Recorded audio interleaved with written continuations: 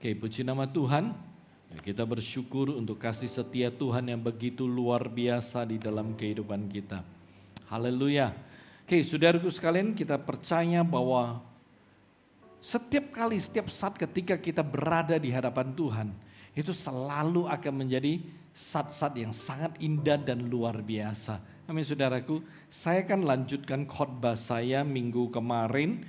Kita berbicara tentang kasih mula-mula dan minggu lalu kita berbicara mengenai poin pertama dan minggu ini saya akan lanjutkan ya poin berikutnya ya kasih mula-mula. Saya awali dengan ayat kita, ayat utama kita, ayat pengantar kita di dalam kitab Wahyu pasal yang kedua, ayat ketiga dan keempat. Saudara boleh catat tapi lihat ya ayatnya di screen. Ya, perhatikan firman Tuhan, saya bacakan sekali lagi untuk Anda semua. Dan engkau tetap sabar dan menderita oleh karena namaku, dan engkau tidak mengenal lelah. Namun demikian aku mencela engkau karena engkau telah meninggalkan kasihmu yang semula. Amin. Oke, saudaraku sekalian, ya, ketika kita berbicara mengenai kasih mula-mula, saya akan review sebentar ya apa yang saya sampaikan minggu kemarin. Ya, ketika kita berbicara mengenai kasih mula-mula, kita perlu mengerti apa yang dimaksud dengan kasih mula-mula. Amin saudaraku. Ya, kita tahu bahwa kasih mula-mula itu adalah sebuah kasih yang Tuhan berikan kepada kita ya atau kepada orang Kristen pada saat ya mereka pertama kali atau kita pertama kali ya kita percaya kepada Tuhan, kita bertobat ya dan menerima Dia sebagai Tuhan dan juru selamat. Jadi kasih ini diberikan kepada kita untuk mengasihi Tuhan. Nah, kasih mula-mula inilah yang memampukan kita, saudaraku sekalian, untuk mengasihi Tuhan dengan segenap hati kita, segenap kekuatan kita, dan segenap jiwa kita. Karena itu, kasih mula-mula itu merupakan sebuah kasih yang sangat amat penting di dalam kehidupan kita. Amin, saudaraku sekalian. Ya, ketika kita berbicara mengenai kasih mula-mula itu seumpama minyak untuk kendaraan kita, saudaraku. Artinya, ya, kasih mula-mula itu seperti ya bensin atau solar untuk motor kita atau kita punya mobil ya. Ketika kita punya kendaraan itu ada minyak, kendaraan kita itu bisa tetap jalan. Amin. Nah, sama ketika dalam kehidupan kita itu memiliki kasih mula-mula, saudaraku sekalian perhatikan di dalam diri kita, kita memiliki sebuah kerinduan untuk selalu ya bersekutu sama Tuhan ya. Kita punya kerinduan untuk mengenal Tuhan semakin hari semakin dalam. Dan kasih mula-mula ini membuat kita selalu ingin mencari Tuhan dan selalu berada dekat Tuhan. Saudaraku sekalian, ya saya review. Nah, oleh sebab itu kalau kita rindu untuk mengerti apakah saya masih punya kasih mula-mula di dalam diri kita atau tidak, saudara tinggal mencoba untuk menemukan saat ini di dalam diri saudara, apakah masih ada gairah? Apakah masih ada kerinduan untuk beribadah, untuk baca Alkitab, untuk doa, untuk melakukan firman Tuhan, untuk melayani Tuhan. Jadi saudaraku sekalian, dengan kata lain ketika saudara datang beribadah, datang ke gereja, yang mendorong saudara datang itu apa? Apakah karena Anda merasa gue tuh Kristen, karena gue Kristen minggu gue ke gereja? Saudaraku sekalian, kalau saudara hari Minggu saudara datang ibadah, saudara ya datang kepada Tuhan, itu karena status saudara sebagai orang Kristen, maka itu adalah sebuah ibadah yang tidak kuat. Rutinitas, karena status. Saudaraku sekalian, perhatikan, kita datang kepada Tuhan, jangan digerakkan karena status, tapi harus karena ada kerinduan untuk cari Tuhan.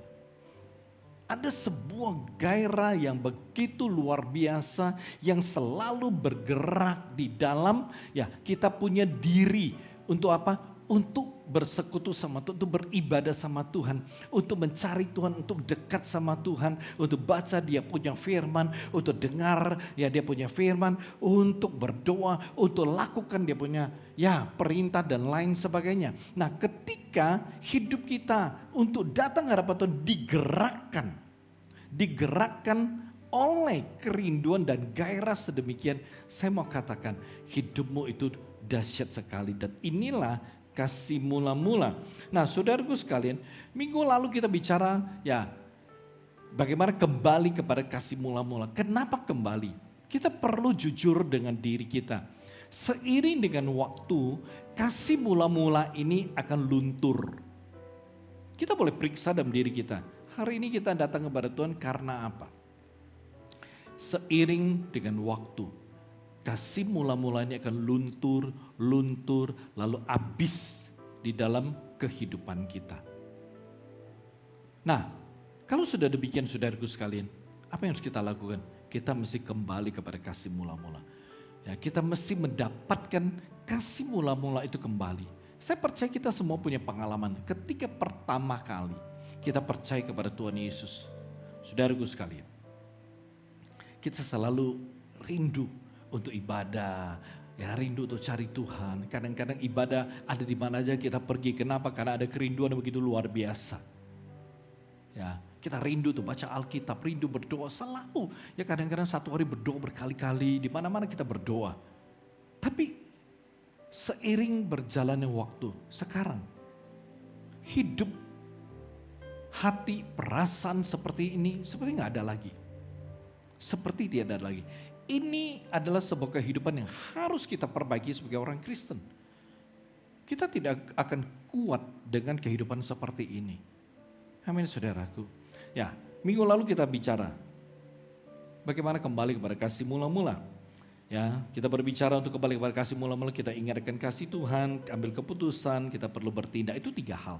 Dan minggu ini saya akan lanjutkan dengan poin yang kedua, yaitu bagaimana kita mempertahankan itu kasih mula-mula. Saudaraku sekalian, setelah kita mendapatkan itu kasih mula-mula kembali, kita perlu mengerti ya bagaimana kita mempertahankannya. Kita akan lihat di dalam 1 Yohanes pasal yang pertama ayat ketiga. Oke.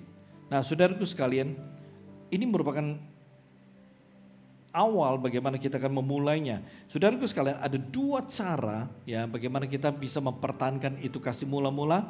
Yang pertama adalah hidup dalam persekutuan yang erat dengan Tuhan. Saya bacakan ayatnya. Saudaraku sekalian, perhatikan firman Tuhan. Apa yang telah kami lihat dan yang telah kami dengar, itu kami beritakan kepada kamu juga, supaya kamu pun beroleh persekutuan dengan kami. Dan persekutuan kami adalah persekutuan dengan Bapa dan dengan anaknya Yesus Kristus. Ini cara pertama saudaraku sekalian, kalau kita ingin mempertahankan ya kasih mula-mula di dalam kehidupan kita. Kita tahu bahwa kasih mula-mula itu akan luntur, ya akan habis seiring dengan waktu. Kenapa? Karena di dalam kehidupan kita berhadapan dengan banyak aktivitas. Ya, aktivitas di dalam kehidupan kita yang selalu berubah-ubah, selalu bertambah dan selalu berakumulasi di dalam kehidupan kita. Itu merupakan salah satu faktor yang mempengaruhi bahwa hubungan kita dengan Tuhan itu akan jadi renggang. Ya, nah hubungan kita dengan Tuhan yang makin hari makin jauh, makin hari makin renggang, yang digantikan atau replace oleh ya aktivitas kita, maka itu mempengaruhi hubungan kita ya dengan Tuhan. Jadi saudaraku sekalian, kita tahu bahwa setelah kita memperoleh gairah untuk ya beribadah, untuk bersekutu, untuk kembali kepada Tuhan, mengasihi Tuhan. Dan ketika kita mengasihi Tuhan, kita bisa merasakan kasih itu di dalam diri kita. Maka saudaraku sekalian, setelah kita mendapatkan merasakannya, kita perlu untuk menjaganya, kita perlu untuk maintainnya, kita perlu untuk melindungi, kita perlu untuk mempertahankannya. Dan cara pertama adalah kita harus memiliki hubungan yang erat dengan Tuhan. Menarik saudaraku sekalian, ketika kita berbicara mengenai ya hubungan yang erat dengan Tuhan, saudaraku sekalian, hubungan erat dengan Tuhan ini merupakan sarana bagaimana kasih mula-mula ini bisa terjaga, terlindungi dengan baik ya. Jadi ketika kita memiliki hubungan erat dengan Tuhan, saudaraku sekalian, itu seumpama ya seperti gini, seperti hidup kita seperti sawah saudaraku. Kalau sebuah sawah itu ketika diairi atau memiliki irigasi yang baik, maka padi yang ditanam itu bisa bertumbuh dengan sangat amat baik, ya, sangat amat baik. Kenapa? Karena sawah tersebut, padi tersebut itu mendapatkan pasokan sumber kehidupan yang cukup. Kita tahu saudaraku sekalian, mungkin bisa dikatakan kita pernah sekolah dan dikatakan bahwa 70% negara kita itu agraris. Saudaraku sekalian, oleh sebab itu salah satu ya hal yang paling utama untuk padi adalah air. Ketika dia mendapatkan pasokan baik, itu air, padi akan tumbuh dengan baik, dia akan hidup. Sama saudaraku sekalian, di dalam kehidupan kita, ketika kita memiliki hubungan yang erat dengan Tuhan, kita bisa melihat bagaimana hidup kita bisa ya terus mengasihi Tuhan, dan ini adalah hal yang sangat penting. Ya, kenapa? Hubungan yang erat dengan Tuhan itu bisa membuat kasih Tuhan di dalam kehidupan kita itu tetap ada. Bahkan ya kasih itu bisa kita pancarkan, kita refleksikan ya, dan kita bisa mengasihi Tuhan dengan kasih tersebut. Ya, ini bisa terjadi karena hubungan erat dengan Tuhan dalam sebuah persekutuan itu merupakan sebuah hubungan antara kita dengan Tuhan secara pribadi. Ini merupakan sebuah hubungan yang dekat, ya, di mana ada rasa terikat dan rasa butuh kita terhadap Tuhan. Ini penting sekali, saudaraku sekalian. Hari ini di dalam kehidupan kita sebagai orang Kristen, coba kita periksa. Apakah hari ini ada rasa terikat dan rasa butuh kita terhadap Tuhan atau enggak? Ini penting, ya. Kita harus periksa di dalam hidup kita. Apakah kita sungguh-sungguh merasa terikat dengan Tuhan, atau kita merasa butuh? Kita butuh sama Tuhan. Apakah setiap hari, setiap saat, atau pada saat kita punya masalah? Survei mengatakan bahwa orang Kristen punya rasa butuh sama Tuhan itu begitu tinggi ketika mereka sedang bergumul, ketika mereka sedang punya kebutuhan, ketika mereka sedang dalam masalah, ketika mereka sedang sakit. Itu rasa butuh sama Tuhan itu tinggi sekali. Ya, ketika kita melihat dalam hal doa, saudaraku sekalian, mereka bisa berdoa satu hari ya 7 kali, angka sempurna saudaraku. Bahkan ada yang berdoa belasan kali. Kenapa? Bukan karena dia rohani, karena ada kebutuhan, membutuhkan Tuhan, membutuhkan pertolongan dari Tuhan, membutuhkan kelepasan dari Tuhan. Coba ketika semuanya berjalan dengan baik, semuanya oke, aman, lancar, usaha diberkati, keluarga bahagia, anak-anak gak ada yang sakit, ya kerjaan lancar, kita sehat-sehat aja. Saudaraku sekalian, boleh dihitung. Ya, doanya seperti apa? Yang jelas, ya doanya minimal 5 kali saudaraku. Bangun pagi, doa, sarapan, makan siang, makan malam, doa tidur, minimal 5 kali. Bukan 5 waktu saudaraku, 5 kali. Tapi ketika punya kebutuhan, wow, naik minimal 300%, 15 kali. Begitu teringat, doa. Begitu tiba-tiba sakit, doa. Saudaraku sekalian, kita mesti belajar. Kalau kita punya rasa butuh sama Tuhan, itu begitu tinggi hanya pada saat kita punya masalah, kita mesti bertobat. Kita menjadi orang Kristen yang kurang ajar. Ada keperluan kita baru datang sama Tuhan, itu kurang ajar, gak benar. Kita mesti menjadi orang Kristen yang sungguh-sungguh membutuhkan Tuhan. Kenapa? Karena kita memang membutuhkan Dia. Membutuhkan kasih-Nya. Kita butuh untuk mengasihi Tuhan loh saudaraku. Ya, kita perlu mengerti sebagai orang Kristen, kita butuh mengasihi Tuhan.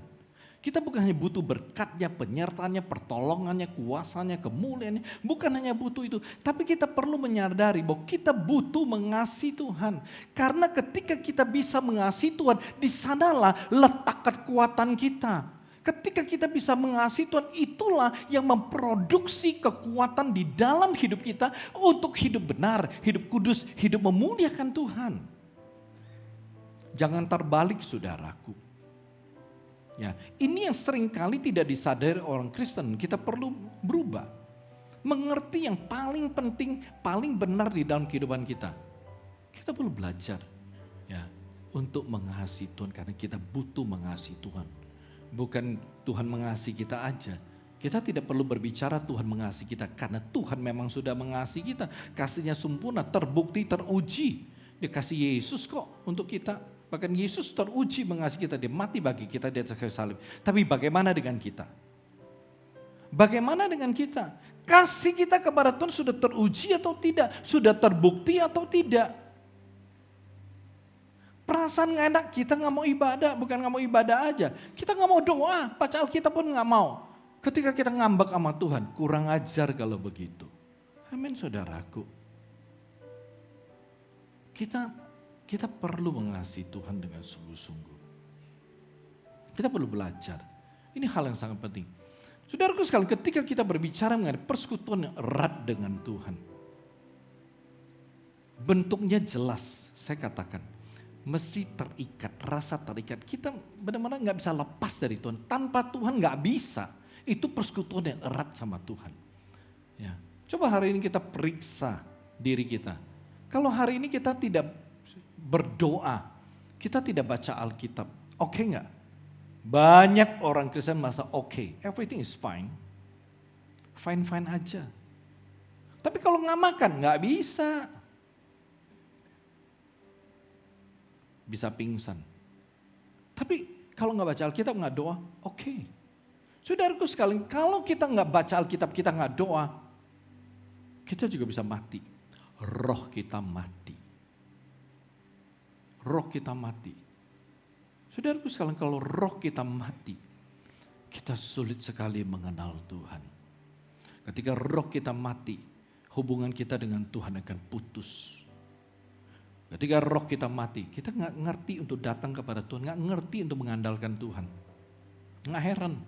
Banyak orang Kristen yang rohnya mati, hidupnya susah. Nggak ada sukacita, nggak ada bahagia.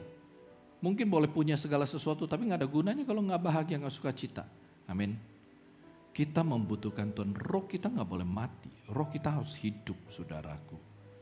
Dan roh kita bisa tetap hidup kalau kita membangun hubungan yang intens, yang kuat dengan Tuhan melalui ibadah, melalui doa secara pribadi. Kita tidak bisa berkata, yang penting setiap minggu gua ke gereja. Saudaraku sekalian, hubungan sama Tuhan bukan seminggu sekali loh, tapi setiap hari. Kadang-kadang kita tidak menyadari bahwa kita itu tamak. Tamak dalam arti kata, kita mau setiap hari Tuhan memberkati kita. Kita mau tiap hari Tuhan menyertai kita. Kita mau tiap hari Tuhan jaga kita. Kita mau tiap hari Tuhan tuh melindungi kita. Tiap hari loh, tiap jam, tiap detik.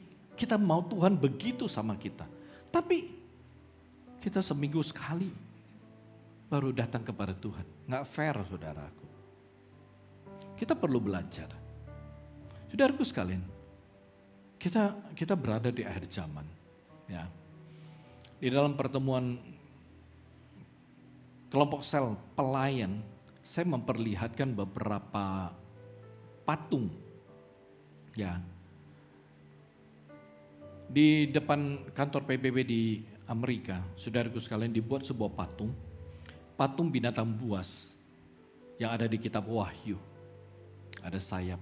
Tapi itu patung dibuat colorful. Ya. Dibuat warna-warni. Kenapa? Tujuannya supaya tidak menakuti anak-anak kecil. Jadi banyak anak-anak kecil, banyak turis datang untuk foto di depan itu patung. Mereka tidak merasa takut, kenapa? Colorful. Jadi sekarang banyak sekali image tidak takut sama setan seperti demikian, itu mulai diterapin. Saya memperlihatkan sebuah gambar kepada mereka.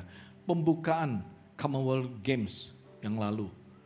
Saudaraku sekalian, mereka membuat sebuah patung sapi. Mereka kasih nama Raging Bull. Tetapi itu sapi mewakili lambang penyembahan Baal di Perjanjian Lama. itu patung sapi itu gede sekali. Para penari itu semua duduk dan mode seperti menyembah di hadapan patung itu. Ikon-ikon seperti ini itu sudah mulai ditampilkan di berbagai acara. Saudaraku sekalian, dunia ini mulai digiring kembali kepada ikon-ikon penyembahan. Kita tidak menyadarinya. Banyak orang tidak menyadarinya. Saudaraku sekalian, belum lagi ya sering saya omongkan. Kita telah berada di dalam ya masyarakat tanpa uang tunai, cashless society. Kita sekarang nggak perlu bawa duit di dompet kok. Yang penting duitnya ada di bank. Kita begitu banyak mobile app yang bisa kita pakai untuk membayar. Cashless society. Kita mulai masuk ke berbagai hal-hal yang mengarah kepada akhir zaman. Kalau kita tidak mau mempersiapkan diri untuk terangkat, Anda menyesal ketika Anda tidak terangkat. Saudaraku sekalian, saya sering mengatakan sebelum Tuhan Yesus datang kembali kedua kali, pengangkatan akan terjadi. Dan yang Tuhan angkat itu adalah jemaat-jemaat yang hidupnya saleh, kudus, benar di hadapan Tuhan. Kita tidak tahu kapan pengangkatan itu terjadi, tapi kita perlu mempersiapkan diri. Begitu pengangkatan terjadi, saya pasti terangkat. Saudaraku sekalian, status kita hanya orang Kristen, KTP kita Kristen ataupun akte lahir Kristen atau apapun, kalau tertulis Kristen itu bukan jaminan saudaraku kita bakalan terangkat. Tapi hubungan kita sama Tuhan itu yang menjamin saudara terangkat pada waktu pengangkatan terjadi. Amin saudaraku. Ini yang sering saya katakan dan ini yang saya lakukan sampai hari ini. Mempersiapkan jemaat saya agar terangkat walau pengangkatan itu kapanpun terjadi. Amin. Kita kembali saudaraku sekalian. Hubungan yang erat dengan Tuhan. Saudaraku sekalian, ya ini penting. Ya melalui ibadah yang sungguh-sungguh, melalui ya sebuah kehidupan doa, saudaraku sekalian kita bisa mengalami perjumpaan pribadi, encounter dengan Tuhan. Dan pertemuan inilah mendatangkan kekuatan bagi kita untuk mengasihi Tuhan senantiasa. Cara kedua untuk mempertahankan kasih mula-mula di dalam kehidupan kita adalah melalui firman Tuhan. Injil Yohanes pasal pertama yang pertama dikatakan seperti ini. Pada mulanya adalah firman. Firman itu bersama-sama dengan Allah dan firman itu adalah Allah. Ya, saudaraku sekalian. Firman Tuhan.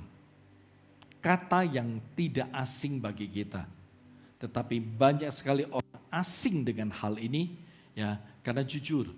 Ya, banyak sekali orang Kristen tidak setiap hari membaca firman Tuhan, merenungkan firman Tuhan, bahkan melakukan firman Tuhan di dalam kehidupan mereka. Banyak orang Kristen tidak melakukannya. Saudaraku sekalian, ya kita tahu bahwa hal ini penting sekali. Kalau kita tidak membaca Alkitab setiap hari, merenungkan, melakukannya, kasih kita kepada Tuhan, kasih mula-mula di dalam diri kita, itu pelan-pelan itu akan tergerus habis di dalam kehidupan kita. Oleh sebab itu tidak heran, ada banyak orang Kristen, mereka merasa hidup mereka tawar. Mereka tidak bisa merasakan manis dan indahnya ketika mereka itu mengasihi Tuhan. Saudaraku sekalian, coba kita periksa. Hari ini, apakah kita benar-benar bisa merasakan ada sukacita, ada damai yang mengalir dari dalam hati kita keluar ketika kita mengasihi Tuhan? Apakah kita bisa merasakan satu perasaan yang mengasihi Tuhan yang begitu manis gitu loh. Saudaraku sekalian, mari kita belajar. Kalau kita memperhatikan firman Tuhan yang kita baca, sebenarnya firman Tuhan itu merupakan pernyataan diri Allah sendiri. Karena Allah berkata bahwa firman itu adalah Allah. Jadi ini sederhana sekali. Ya, di sini dengan jelas memberitakan bahwa firman Tuhan itu merupakan pernyataan dari diri Allah sendiri. Jadi ketika kita baca itu firman, kita renungkan, lalu kita lakukan firman Tuhan itu di dalam kehidupan kita, saudaraku sekalian, saya mau katakan Anda akan mulai merasa bahwa roh Anda itu akan berkobar-kobar mengasihi Tuhan dan melayani Tuhan. Coba, saudara, kalau setiap hari saudara baca Alkitab, renungkan, dan saudara coba lakukan dalam kehidupan saudara, apa yang terjadi? Saudara akan merasakan sesuatu yang berbeda. Roh saudara akan berkobar-kobar, akan berbeda, akan ada kerinduan ya terhadap Tuhan. Dan ketika saudara membaca, merenungkan firman Tuhan, saudaraku sekalian, engkau sedang ada bersama dengan Allah. Itu adalah momen yang terbaik di dalam kehidupan kita. Momen yang terbaik. Saya mau katakan tidak ada momen yang lebih baik dibandingkan ketika kita bersama dengan Tuhan. Saudaraku sekalian, kita jalan-jalan, kita makan-makan, ya, itu mendatangkan kesenangan di dalam diri kita. Dan ketika kita telah kembali kepada rutinitas sehari-hari, itu kesenangan akan berlalu. Tapi ketika engkau mengasihi Tuhan, engkau merasakan ada kerinduan terhadap Tuhan, dan itu akan selalu hidup di dalam dirimu, dan engkau akan merasakan hidupmu itu luar biasa, sangat luar biasa, sangat berbeda. Saudaraku sekalian, hal ini sulit sekali dan tidak ada kata-kata yang tepat untuk mendeskripsikan perasaan seperti ini. Saya tidak menemukan kata yang tepat untuk menggambarkannya. Saudara harus merasakannya sendiri, saudara. Ya. Kalau saudara merasakannya sendiri, saudara akan tahu dan mengerti. Itu hal yang sangat penting. Amin, saudaraku. Jadi ketika saudara membaca firman Tuhan, setiap kali ya saudara membaca firman Tuhan, itu menarik, saudaraku. Kenapa? Saudara mengikatkan kasih, mula-mula kasih yang ada di dalam diri saudara dengan Tuhan semakin kuat. Semakin saudara ya membaca firman Tuhan, saudara mengikatkan diri saudara kepada kasih Tuhan. Dan saudara akan menemukan ya bahwa kasih Tuhan itu akan selalu hidup di dalam dirimu. Setiap kali kita membaca firman Tuhan, kita mengikatkan diri kita kepada kasih Tuhan, dan kasih Tuhan itu akan terus hidup di dalam diri kita. Nah, kasih Tuhan yang hidup di dalam diri kita, itulah yang memampukan kita untuk mengasihi Tuhan. Amin, saudaraku. Kita tidak bisa mengasihi Tuhan pakai kekuatan kita. Kita tidak bisa mengasihi Tuhan pakai kita punya pengertian dan hikmat. Kita hanya bisa mengasihi Tuhan dengan kasih yang Tuhan berikan kepada kita untuk mengasihi Dia. Saudara tidak bisa memakai keinginan saudara untuk mengasihi Tuhan. Nggak bisa. Saudara hanya bisa mengasihi Tuhan pakai kasih dari Tuhan yang ditaruh dalam diri kita untuk kita pakai mengasihi Tuhan kembali. Kita memerlukan kasih itu. Amin. Jadi mari kita belajar. Sesuatu yang sederhana tapi sering kita lupa. Ini hal yang kecil, membaca firman Tuhan. Tetapi ini hal yang paling penting di dalam kehidupan kita bersama dengan Tuhan. Hal-hal kecil seringkali kita lalai di dalam kehidupan kita. Amin. Kita belajar. Yang ketiga, saudaraku.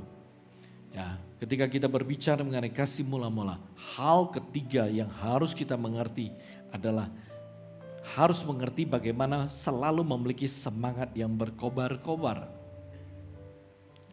Saudaraku sekalian, kita perlu roh yang berkobar-kobar.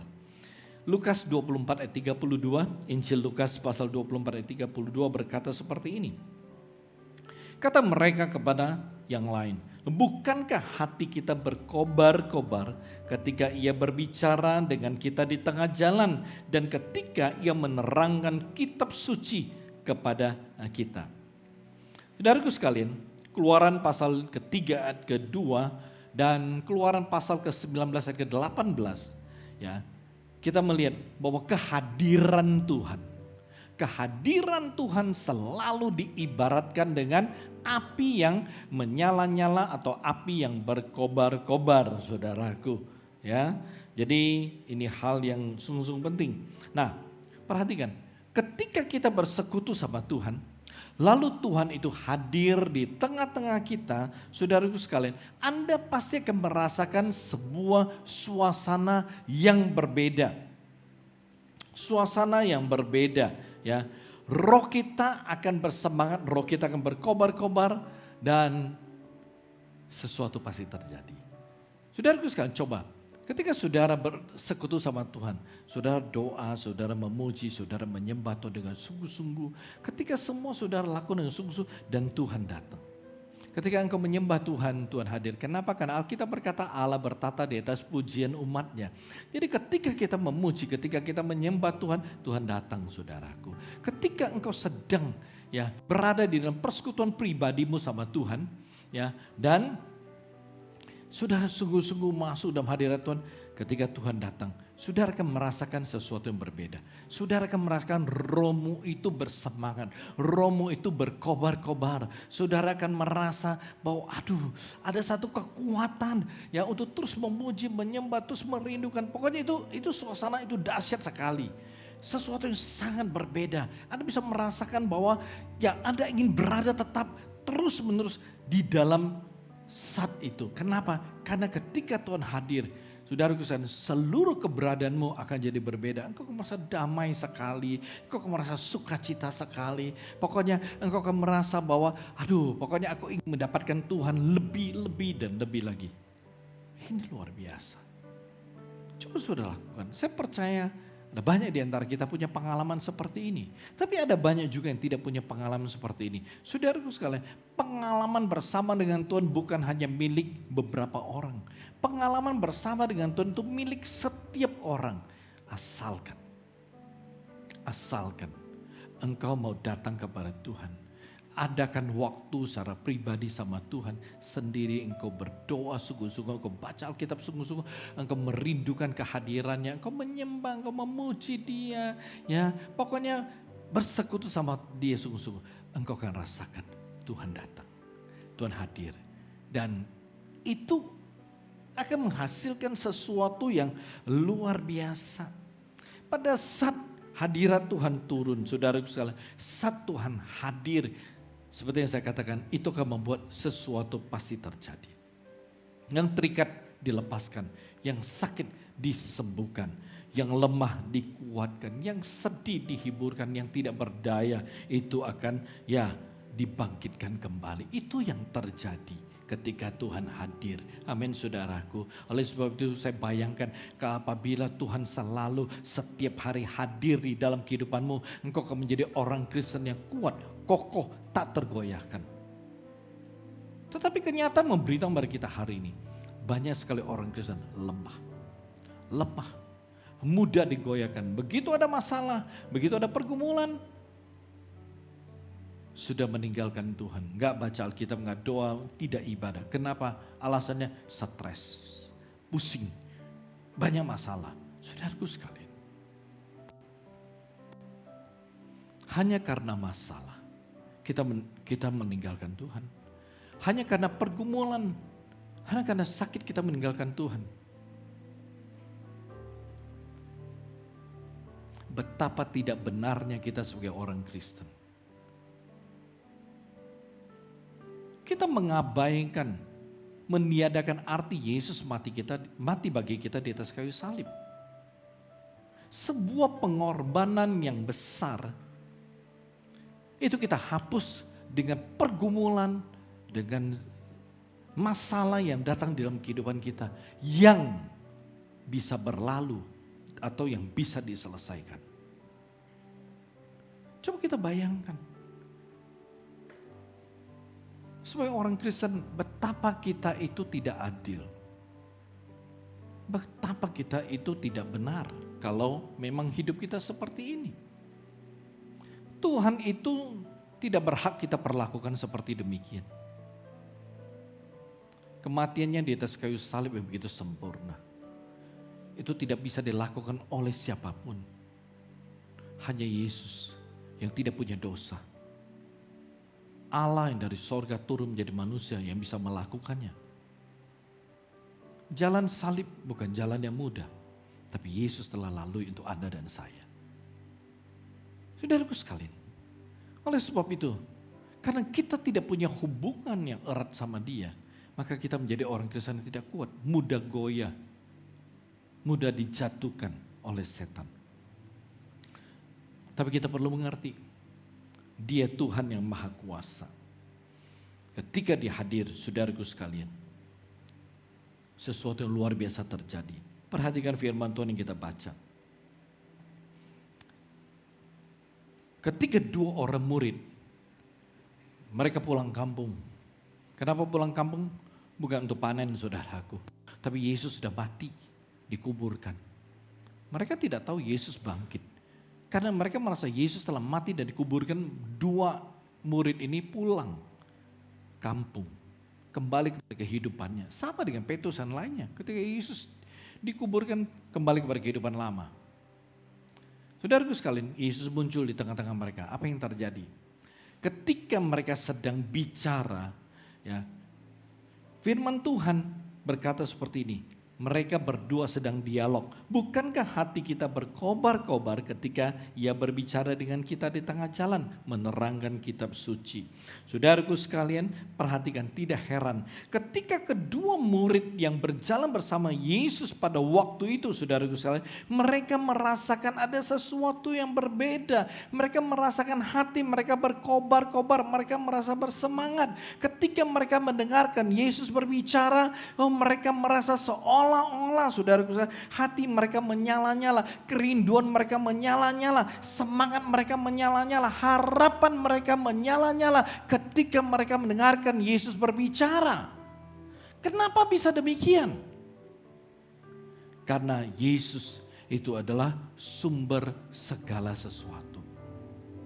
Dia sumber damai kita, Dia sumber sukacita kita, Dia sumber keberhasilan kita, Dia sumber keselamatan kita, Dia sumber pemulihan kita, Dia sumber kesehatan kita, Dia sumber semangat kita, Dia sumber berkat kita, kekuatan kita, dan lain sebagainya. Oleh sebab itu, saudaraku sekalian, apabila saudara rindu untuk memiliki semangat yang berkobar-kobar, roh yang berkobar-kobar, saudara harus selalu berjalan bersama dengan Tuhan Yesus. Amin. Kita harus selalu berjalan bersama dengan Tuhan Yesus. Kita harus menempatkan diri kita, menempatkan hidup kita dekat dengan Tuhan. Maka roh kita, semangat kita itu bisa berkobar-kobar. Amin. Ketika saudara jauh dari Tuhan, roh saudara tidak bisa berkobar-kobar. Jauh dari Tuhan. Kenapa? Karena Tuhan itu sumber segala sesuatu. Dia sumber segala sesuatu. Ingat minggu lalu saya berikan contoh. Ya, ketika kita berada bersama dengan orang, ya, yang pakai parfum seperti yang saya katakan waktu naik lift, ya, saya bersama dengan seorang ibu-ibu, ya, pakai parfum. Saudaraku sekalian, wah, begitu masuk lift, itu lift seperti taman bunga, saudaraku. Ya, wah, enak sekali, fresh, ya, fresh, ya. Begitu keluar dari lift, ya, begitu ibunya ke sini, saya ke belakang, makin lama makin jauh, wangi parfumnya, aromanya makin lama makin hilang, sama sekali, ya, yang kecium nggak ada apa-apa lagi. Kenapa? Karena yang pakai parfum udah jauh, ada di depan. Hari ini, kalau kita hidup kita sama Tuhan makin hari makin jauh, makin hari makin jauh, kita sulit merasakan kasih Tuhan atas hidup kita. Amin.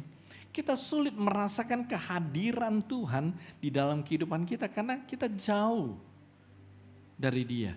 Saudaraku sekalian, kalau kita jauh dari sumber berkat, kita sulit melihat berkat Tuhan dalam hidup kita. Kalau kita jauh dari sumber kesembuhan, maka kita akan terus menderita di dalam sakit kita. Ya, kalau kita jauh dari sumber damai sejahtera, hidup kita nggak ada damainya, saudaraku. Ya, nggak tenang, ya, nggak tenang. Kalau kita jauh dari sumber kebenaran, hidup kita nggak pernah benar, saudaraku. Oleh sebab itu, kalau saudara rindu hidup saudara, roh saudara berkobar-kobar, semangat berkobar-kobar. Saudara mesti selalu dekat sama Tuhan. Itu kenyataannya. Amin saudaraku, kita tundukkan kepala.